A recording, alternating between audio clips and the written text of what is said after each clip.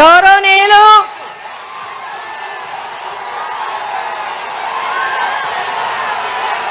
ముఖ్యమంత్రి వర్యులు భారతదేశానికి ఆదర్శ పాలన చూపించిన వైఎస్ జగన్మోహన్ రెడ్డి గారికి హృదయపూర్వక నమస్కారాలు స్వాగతాలు చెప్తున్నాం. నేను సార్ని ఒక్క మాట అడిగాను, ఇందాక అక్క చెల్లెమ్మలకి ఒక మాట చెప్తా ఉన్నాను. నేను ఒకే ఒక్క మాట సార్ అడిగాను. సార్ నాకు పర్మిషన్ ఇచ్చారు.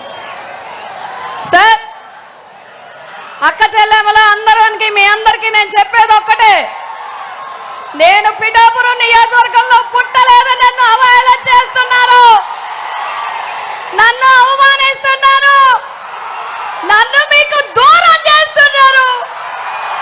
నేను ఇదే చెప్తున్నాను, నా కుటుంబ సభ్యులు నేను క్షమించమని అడుగుతున్నాను.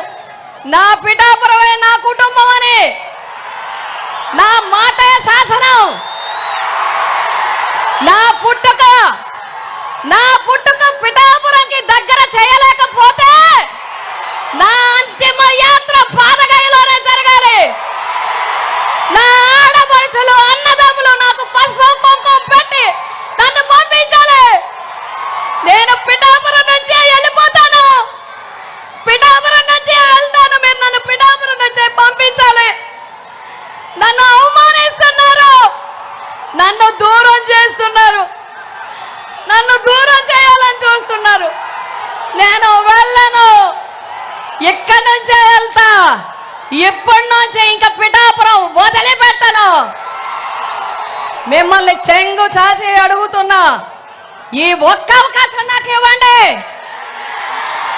నా బిడ్డ సాక్షి నియోజకవర్గాన్ని అభివృద్ధి చేసి చూపిస్తాను.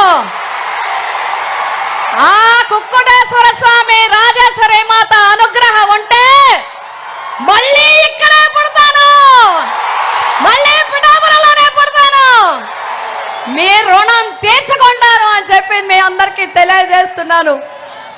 నాకు ఈ అవకాశం ఇచ్చినందుకు జగన్మోహన్ రెడ్డి గారికి నా ధన్యవాదాలు తెలియజేసుకుంటున్నాను.